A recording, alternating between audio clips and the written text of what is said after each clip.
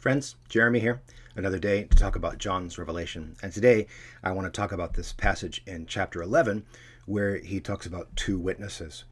Now, I've mentioned this in previous videos, but sometimes you come across a passage in the New Testament that points to this New Testament theology. Not our theology of the New Testament, but the theology in the heads of the New Testament authors as they approach the text. And when we encounter the language of two witnesses, we're coming up against one of these things, which is probably just about too much to explain in a short video. But I'm going to do my best to see if I can give you a picture for how this works. So what you get when you hear two witnesses, you should probably first think about the Old Testament and places where the word two witnesses shows up in the Old Testament, because this is pointing, the role is pointing back to a number of passages. Perhaps the most clear, there's a couple in the book of Deuteronomy, but Deuteronomy chapter 19 and verse 15 says this: "A single witness shall not rise up against a man on account of any iniquity or any sin which he has committed.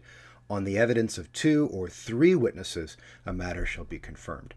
So when you hear two witnesses, you're invoking the legal culture of the ancient Israelite world, where two or three witnesses are required to establish a matter and then pass judgment.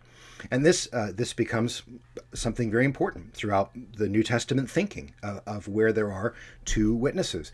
If you think about it, Jesus sends the disciples out two by two when they're performing their mission for him. He sends them out by twos, not as a kind of weird accountability, like you got to keep an eye on each other's backs, but because he's sending out two witnesses so that they together will pass judgment on the cities that don't receive the gospel. And so it's the matter of two witnesses performing a judgment. Paul brings it up at the end of 2 Corinthians. This is now the third time I've come to you. Everything will be established on the matter of two or three witnesses. He views his multiple visits to Corinth as a repetition of witnesses against them. And perhaps most importantly and most confusedly for a lot of people, this is the reason Jesus says in Matthew 18, "Wherever two or three are gathered in my name, there I am with them." He's not talking about a quorum for a prayer meeting or establishing a kind of metric for enhancing God's power. He's talking about passing judgment on people who have not repented of their sin. And so next time someone brings it up in your church and they say, "Wherever two or three are gathered, you're with them," that means you're invoking the right of exorcism in the church. So perhaps I would avoid that text in the future if that's what you want to say. So two or three witnesses, it's this idea running around, and then it gets expanded just a little bit. It gets expanded to include two witnesses that come to represent the Bible. So let me see if I can explain this for you further. I don't think it's that complex, but it's perhaps an idea you're not familiar with. In the New Testament, when they refer to the Hebrew Scriptures, they will often refer to them as the law and the prophets. And they'll say it's as this is what it said in the law and the prophets. This is what it said, fulfillment in the law and the prophets. It gets even more specific when we read the parable of the rich man and Lazarus. The rich man dies, and then he asks Abraham to send someone to help. And Abraham says, this is Luke 16:29, "They have Moses and the prophets, let them hear them." In other words, the words of Moses, the law, and the prophets, the other part of the Bible, and there's the writings as well, but the law and the prophets is a summary.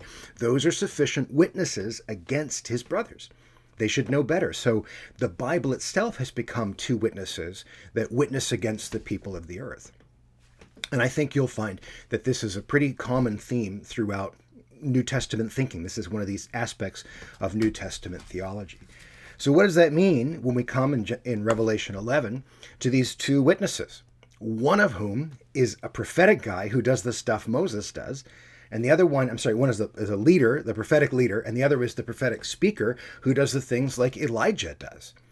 And suddenly it begins to appear that this is a figure looking like Moses and a figure looking like Elijah. Now, I've forgotten to mention one text which is also important, and that's the Transfiguration text. Jesus ascends to the mountain with some of his disciples, and there he's glorified in front of them, and who appears?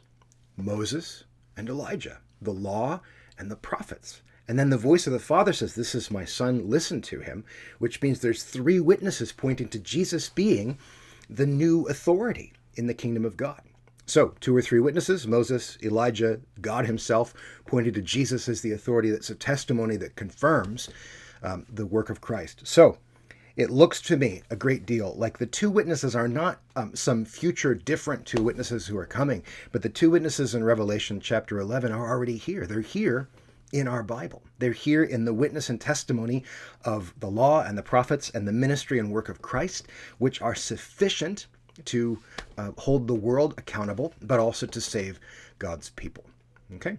So, next time you hear 2 or 3 witnesses, think about Deuteronomy, think about Moses and Elijah, think about the law and the prophets, think about the transfiguration, and think about the fact that God has given us a good gift in his word for us to know his will and know his judgment on the world.